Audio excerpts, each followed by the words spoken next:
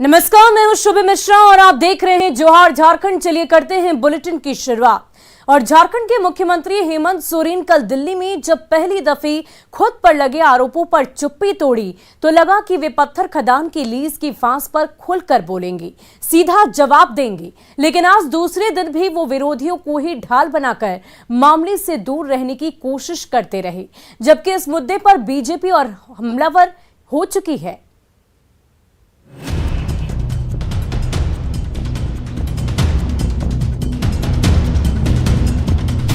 खुद पर लगे आरोपों का जवाब नहीं, विरोधी को ढाल बनाकर बचने की कोशिश। मानी की फांस पर खुलकर क्यों नहीं बोलते हेमंत? आखिर झारखंड के मुख्यमंत्री हेमंत सोरेन खुद पर लगे पत्थर खदान की लीज की फांस को लेकर खुलकर जवाब क्यों नहीं दे रहे?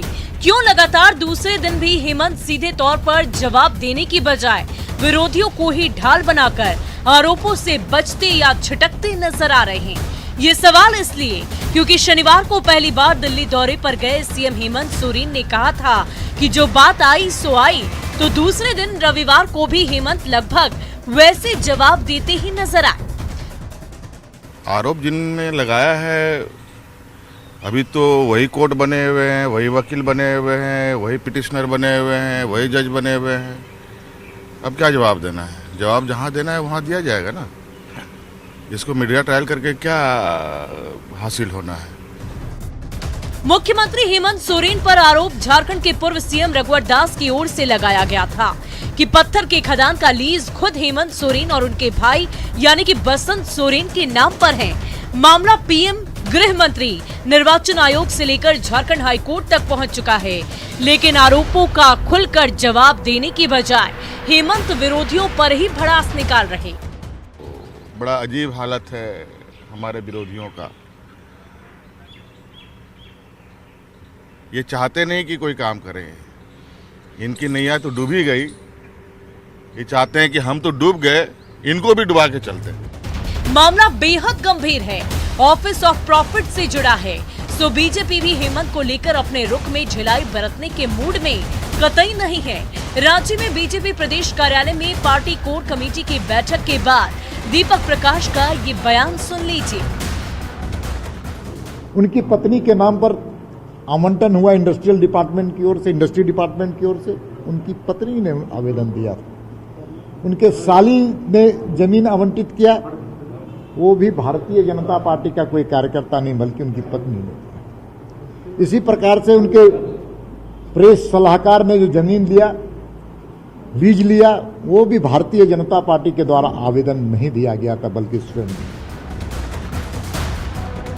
झारखंड के मुख्यमंत्री हेमंत सोरेन बार बार सफाई से ज्यादा आरोपों को लेकर विरोधियों को ही घेर रहे हैं। बीजेपी का तेवर जस का तस है। ऐसे में खनन पट्टे की लीज पर जारी सियासी वार पलटवार का दौर कहां थमेगा, ये देखने वाली बात होगी। न्यूज़ 18 के लिए दिल्ली से अमितेश के साथ रांची से ओम प्रकाश की रिपोर्ट। और झारखंड में बिजली संकट है, लेकिन इसे लेकर सत्ता पक्ष और विपक्ष की ओर से आरोप प्रत्यारोप ज्यादा हैं। समस्या का समाधान कैसे हो, इस पर कोई गंभीरता नहीं दिखाता, क्योंकि मुख्यमंत्री खुद कह रहे हैं कि प्रदेश में जारी बिजली संकट की वजह वो नहीं, तो बीजेपी केंद्र की पूर्व यूपीए सरकार के कार्यकाल से मुद्दे को जोड़ रही है। देखिए ये रिपोर्ट।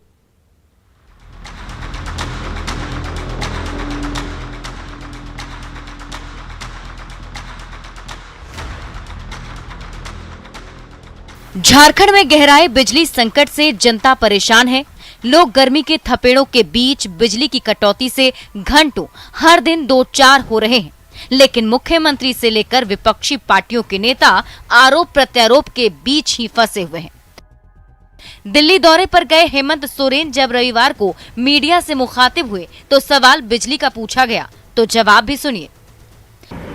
मतलब जब तक पेमेंट नहीं होगा तब तक मतलब बिजली संकट जारी रहेगी। अब बिजली संकट का कारण हम नहीं है ना, क्या आपको क्या लग रहा है हम ही है क्या? फिर मुख्यमंत्री कह रहे हैं कि बिजली संकट के जिम्मेदार हम नहीं, तो अर्जुन मुंडा ने तो तेनूघाट परियोजना को लेकर हेमंत सरकार पर निशाना साधा था। उस पर भी कुछ इस अंदाज में हेमंत सोरेन ने बीजेपी नेता को जवाब दिया। कहाँ से इन्होंने कह दिया? किस किताब को पढ़कर, किस उसके कैपेसिटी को देखकर? किसने क्या कहा, किसकी गलती है, किसकी लापरवाही है, ये तो बात की बात है। लेकिन बीजेपी जो प्रदेश की मुख्य विपक्षी पार्टी है, उसके पास तो बिजली कटौती के सबूत भी हैं। सुनिए दीपक प्रकाश को। पूरे तरह से आर्टिफिशियल इनके पास आंकड़े हैं। आंकड़े तो मेरे पास हैं कि राज्य की सरकार के पैसे जो बकाए हैं वह कांग्रेस के कालखंड के बकाए हैं। मेरे पास आंकड़े हैं। कोयला मंत्रालय के पैसे तब के बाकी है जब शिबू सोरेन जी कोयला मंत्री थे। मैं भी इन चीजों को आपके सामने रखने का काम करूंगा।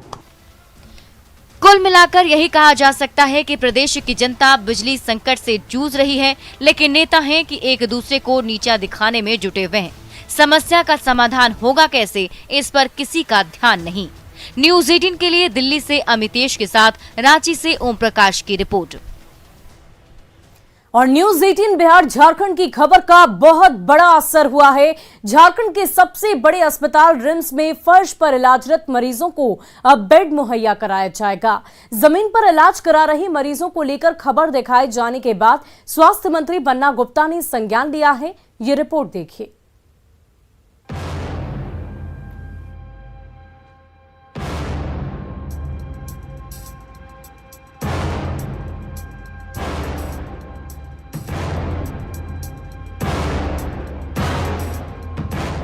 न्यूज़ 18 बिहार झारखंड की खबर का बड़ा असर हुआ है। 28 अप्रैल गुरुवार को हमने दिखाया था कि झारखंड के सबसे बड़े अस्पताल रिम्स में जमीन पर मरीजों का इलाज चल रहा है। जमीन पर लेटे इन मरीजों को देखिए। 1, 2, 3, 4 ही नहीं, यहाँ 150 से ज्यादा मरीज ऐसे ही आपको जमीन पर लेटे हुए मिल जाएंगे। रिम्स में करीब 150 से भी ज्यादा इलाजरत मरीजों को बेड नसीब नहीं है। रिम्स के न्यूरोलॉजी विभाग के बाहर फर्श पर इलाज करा रहे इन मरीजों को लेकर बड़ा असर हुआ है।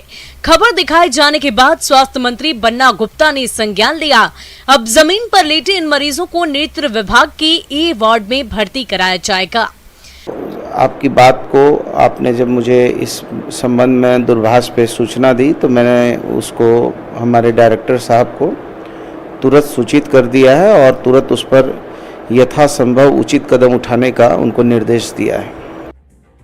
हमने पहले ही दिखाया था कि रिम्स के इसी फ्लोर पर न्यूरोलॉजी के जस्ट बगल में नेत्र विभाग है, जहां 60 से ज्यादा बेड खाली धूल फांक रहे हैं। अब जमीन पर लेटकर इलाज करा रहे इन मरीजों को इसी वार्ड में भर्ती कराया जाएगा। तो इसी के तहत हमारे यहाँ जो फ्लोर पर मरीज हैं, जैसे मेडिसिन वार्ड में कभी हो जाते हैं तो उनको डेंगू वार्ड में शिफ्ट किया जा सकता है, वहाँ बेड खाली रहता है। तो उसी तरह न्यूरो सर्जरी फ्लोर में अगर ऐसा होता है तो वहाँ पर उसी फ्लोर पर आई विंग है, उसमें उनको शिफ्ट किया जा सकता है। इससे कि मरीज जो फ्लोर में रहते हैं उनको कम से कम बेड मिल जाएगा और उनको इलाज करने में सुविधा होगी। जल्द ही इन मरीजों की शिफ्टिंग की प्रक्रिया शुरू हो जाएगी। आने वाले दिनों में अब इन मरीजों का बेड पर इलाज होगा। रांची से संवाददाता रूपाली त्रिपाठी की रिपोर्ट, न्यूज़ 18। और रांची के रिम्स में भर्ती राजेंद्र लोहारा पिछले 1 महीने से ज्यादा दिनों से भर्ती हैं, लेकिन माइक्रोस्कोप मशीन खराब होने की वजह से राजेंद्र लोहारा का इलाज नहीं हो पा रहा। जमीन पर भर्ती राजेंद्र लोहारा की लगातार स्थिति बिगड़ती जा रही है। परिजन पिछले 20 दिनों से ओटी रूम का चक्कर लगाने को मजबूर हैं। राज्य के सबसे बड़े सरकारी अस्पताल में कुछ मरीज ऐसे भी हैं कि अस्पताल की ओर से हो रही लापरवाही का भुगतान खुद अपनी जान से चुका रहे हैं। देखिए सामने राजेंद्र लोहारा की ये हालत कितनी गंभीर बनी हुई है। गलती इनकी इतनी ही है कि इन्होंने रिम्स चुना यहाँ पर इलाज के लिए। पिछले 1 महीने से इनके परिवार वालों ने डेरा जमाया है इसी उम्मीद में कि राजेंद्र जी का इलाज हो पाए। इनकी सर्जरी यहाँ पे स्केड्यूल्ड होकर 1 महीने से लगातार आगे बढ़ती जा रही है। वजह इनकी पत्नी खुद अपने मुंह से बताएंगी कि क्या है। क्या हुआ दीदी? सर्जरी ऑपरेशन होना था? ऑपरेशन होना था, अभी मशीन खराब होने के कारण नहीं हो पा रहा है। ये वही मशीन है जो डॉक्टर हाथ में लिख कर दिए? क्या है ये? डॉक्टर लिख के दिए वो मशीन अभी खराब है, अभी नहीं हो पाया है। अभी ये सप्ताह में बोले हैं कि करवा देंगे। ट्यूमर के शिकार राजेंद्र लोहरा जी का अब तक इलाज नहीं हो पाया है क्योंकि यह मशीन जो है माइक्रोस्कोपिक मशीन वो लगातार खराब है। 1 महीने हो गए हैं, मशीन अब तक ठीक नहीं हो पाया है, जिसका जो भुगतान है मरीज अपनी जान गंवा कर चुका रहे हैं। रूपाली त्रिपाठी की रिपोर्ट, न्यूज़ 18 रांची। और बोकारो में सेक्टर 12 थाना क्षेत्र के तेतुलिया मौजा में जमीन कब्जा करने को लेकर एक व्यक्ति की जमकर पिटाई कर दी गई। जमीन कब्जा करने आए लोगों ने कोऑपरेटिव कॉलोनी के रहने वाले अनिल कुमार सिंह की जमकर पिटाई कर दी, जिसके बाद अनिल कुमार सिंह ने पुलिस में शिकायत की है। मोबाइल से मारपीट और घर तोड़े जाने की शिकायत के बाद भी सेक्टर 12 थाना की पुलिस मौके पर नहीं पहुंची।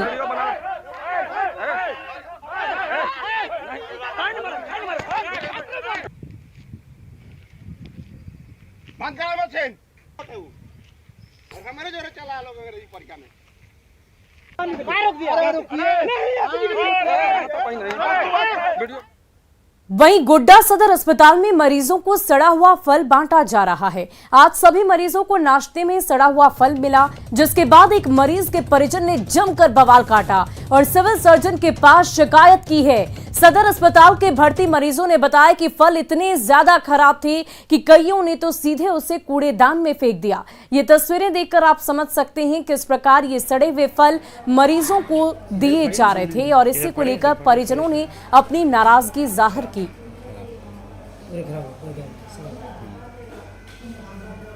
कुछ खराब निकल रहा है, कुछ अच्छा नहीं। आपको भी खराब फल मिला है? रोज मिलता है या आज खराब मिल गया? 2 दिन खराब मिल गया। खाना वाना भी खराब मिलता है? खाली फल मिल गया। कैसा मिला था फल? खराब मिला था, वैसे मिला था। तो कहाँ दिए वो? उसमें फेंक दिए। कूड़ादान में डाल दिए? हाँ। नहीं खाए? नहीं खाए। मांगता है कौन खाएगा।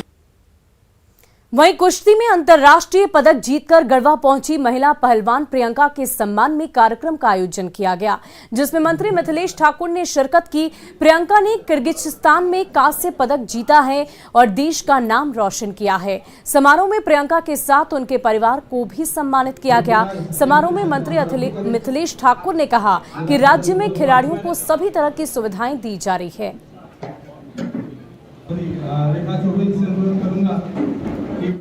और कोडरमा की बहादुर बेटी गुड़िया ने अपने बाल विवाह का विरोध किया। डोमचांच प्रखंड के कारखूंट की रहने वाली 17 साल की गुड़िया ने डोमचांच बीडीओ से शादी रुकवाने का आवेदन दिया है।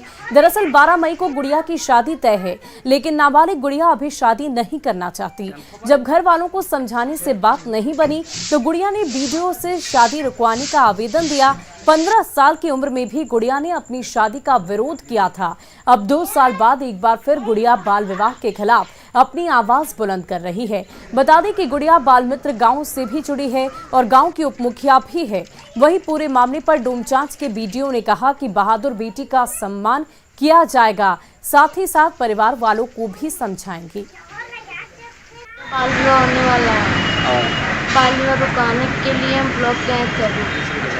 मेरा उम्र नहीं है, मैं भी पढ़ना चाहता हूँ। मैं खुद बाल विवाह की विरोध कर रही हूँ, इसलिए वीडियो सर के आवेदन दिए। वीडियो सर बोले कि नहीं होगा तेरे बाल विवाह। लक्ष्मण पासवान। माँ का नाम? सुमित्रा थे। हाँ, फिर भी नहीं माना, लड़का वाला जिद्दी कर। कहाँ पे शादी हुआ? गौतम्बा से हुआ। कब है शादी? 12 मई का। और देखिए ये बड़ी खबर आपको बता रहे हैं। भोजपुरी सुपरस्टार खेसारी लाल यादव ने मुख्यमंत्री नीतीश कुमार से मदद मांगी है। उन्होंने फेसबुक पोस्ट पर अपनी बातों को लिखकर मदद मांगी। सीएम और मंत्री को भी पत्र लिखा है और कार्रवाई की मांग की है। दरअसल उन्होंने एक यूट्यूबर के खिलाफ कार्रवाई की मांग की। और इस वक्त हमारे साथ भोजपुरी सुपरस्टार खुद खेसारी लाल यादव फोन लाइन पर जुड़ चुके हैं। खेसारी जी, आपने क्या कुछ मदद मांगी है मुख्यमंत्री नीतीश कुमार और तमाम मंत्रीगण से? बशर्ते मैंने यही मदद मांगी है कि देखिए, पर्सनल चीजें पे अगर मुझे कोई कुछ बोलता है तो मुझे प्रभाव नहीं पड़ता है, क्योंकि मैं बहुत 24 घंटा काम करता हूँ। मैं सोचता हूँ कि चलो ठीक है, कोई बात नहीं, मेरे को बोल रहा है ठीक है, लेकिन अब बात मेरे घर परिवार तक, मेरी बेटी के ऊपर, मेरे वाइफ के ऊपर, मेरे माँ के ऊपर, अब सोशल साइड पे कोई गाली दे। और एक दिन की ये बात नहीं है, मुझे लगता है कि मैं 1.5 साल से कहीं ना कहीं परेशान हूँ कुछ लोगों से, लेकिन अब हद हो गया है कि अब कोई मेरे परिवार को रेप करने की धमकी दे। तो मेरे कहने का मतलब कि मुझे ही नहीं, अगर ये इस पे स्टॉप नहीं लगा और इन लोगों को सजा नहीं मिली तो मुझे लगता है कि बिहार के हर उस नागरिक को ये लोग गाली देते रहेंगे, हर उस सम्मानित व्यक्ति को गाली देते रहेंगे। और मुझे कानून पे भरोसा है, लेकिन अगर कानून कुछ नहीं करता है तो मुझे अपने ऑडियंस पे भरोसा है, मुझे अपने जनता पे भरोसा है, आप जैसे पत्रकारों पे भरोसा है, जो समाज के आईना है। तो मुझे पता है कि आप लोग मेरे साथ इंसाफ करेंगे और मेरे साथ इंसाफ होगा। क्योंकि देखिए, ये आज की बात नहीं है, अगर इनका मन ऐसे ही बढ़ता रहा तो मुझे लगता है कि भोजपुरी और बर्बाद होने में टाइम नहीं लगेगा। खेसारी जी, क्योंकि यूट्यूबर गौतम सिंह का नाम सामने आया है, क्या आप उन्हें निजी तौर पर भी जानते हैं? जी नहीं, मैं उनको निजी तौर पे कभी ना कभी बात किया उनसे, और ना ही मेरा उनसे कोई लेना देना है, और ना ही कभी मैं उनसे मिला हूँ, और ना ही कभी उनसे मिलने की प्रयास की मैंने। क्योंकि मेरे पास काम इतना है कि मैं उसी में उलझा रहता हूँ, अपने बीवी बच्चों के साथ खुश रहता हूँ। मैं अपने फैन को प्यार हमेशा कोशिश करता हूँ जो उनके अपने अच्छे संगीत से, अच्छे काम से उनको हमेशा मोहब्बत मिले और उनको मैं मोहब्बत दूं। खेसारी जी, अभी अभी आपने मदद मांगी है मुख्यमंत्री जी से, लेकिन हाल फिलहाल में ऐसी कौन सी बात इतनी ज्यादा बढ़ गई कि अब ये सीमा से बाहर की बात हो गई और आपको मुख्यमंत्री से तलब करनी पड़ी? देखिए, मुझे लगता है कि समाज की आईना जो होती है वो पत्रकारिता होती है, एक न्यूज रिपोर्टर होता है और अखबार होता है। और जब बेटियों की बात आ जाए, किसी औरत की बात आ जाए, मुझे कोई भला बुरा बोलता है तो मैं हमेशा बर्दाश्त करता हूँ और कोशिश करता हूँ कि चलो ठीक है, कोई बात नहीं, मुझे बोल रहा है। बट आज एक बेटी की बात है, आज एक औरत की बात है, और मुझे लगता है कि अगर नीतीश जी को लगेगा कि नहीं, मैं बिहार का बेटा हूँ और मेरा भी एक सम्मान है, तो शायद अगर मेरी फैमिली को अपना फैमिली समझेंगे तो जरूर शायद इस पे एक्शन लेंगे। अगर 24 घंटे के अंदर कुछ एक्शन नहीं होता है तो फिर मुझे लगता है कि ये चीजें सारी मुझे अपने फैन पे सौंपनी पड़ेगी, और नहीं तो फिर मुझे दूसरा रास्ता यही अपनाना पड़ेगा कि मैं अब धरना पे बैठूंगा, क्योंकि अब इज्जत से बढ़ के कुछ तो है नहीं जी। मुझे यही लगता है कि मुझे विरोध करने के लिए अब रोड पे उतरना पड़ेगा, तभी ये चीज खत्म हो पाएगी। क्योंकि वो सिर्फ एक को नहीं, मुझे लगता है कि भोजपुरी का हर उस कलाकारों को ऐसे ही टारगेट करके उनकी माँ बहनों की गालियां, किसी लड़की को बेइज्जत कर देना, उनके घर तक पहुंच जाना, और सोशल साइड पे बताइए पूरी दुनिया अगर ये सुनती होगी तो भोजपुरी के बारे में उनका क्या ओपिनियन होता होगा कि भोजपुरी के लोग ऐसे ही होते हैं, इनकी ऐसी मानसिकता है। तो सिर्फ वो मुझे ही बुरा नहीं कर रहे हैं, पूरे भोजपुरी समाज को गंदा की तरफ लेके जा रहे हैं और गंदगी की तरफ। कितने वक्त से चल रहा है? क्योंकि आपने अभी अभी कहा कि लगातार ये बातें चल रही थी। मैं 1.5 साल से परेशान हूँ इन लोगों से, 1.5 साल से परेशान हूँ। ये आज की बात नहीं है, कल की बातें नहीं है, ये 1.5 साल से परेशान हूँ मैं। तो बहुत बहुत शुक्रिया हमारे साथ जुड़ने के लिए खेसारी जी, तमाम बातचीत के लिए, और हम आशा करते हैं कि आपकी जो परेशानी है वो जल्द से जल्द दूर हो, क्योंकि आपने मुख्यमंत्री से तलब की है, मदद की गुहार लगाई है।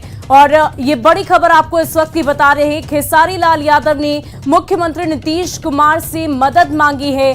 यूट्यूबर गौतम सिंह को लेकर उन्होंने अपनी बात रखी। इस वक्त उन्होंने साफ साफ कहा कि मैं पिछले 1.5 साल से इन बातों को लेकर आगे बढ़ रहा हूं, लेकिन अब बात जो है वो बहुत ज्यादा आगे बढ़ गई है, मेरे परिवारजनों तक बात पहुंच चुकी है। ऐसे में वो अब चुप नहीं बैठेंगे और अगले 24 घंटे तक अगर कोई कार्रवाई नहीं की जाती है तो खुद खेसारी लाल यादव ने अभी न्यूज 18 से बातचीत करते हुए कहा है कि वो धरना देंगे।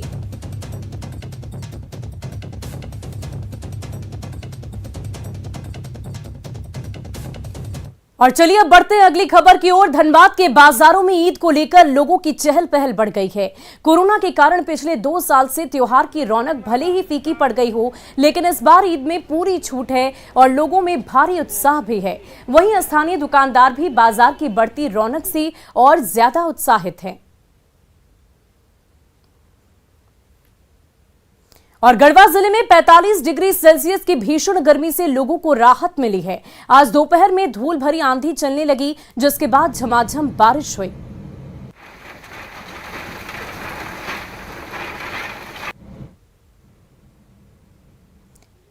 और फिलहाल के लिए इस बुलेटिन में इतना ही। आप बने रहे न्यूज 18 बिहार झारखंड के साथ।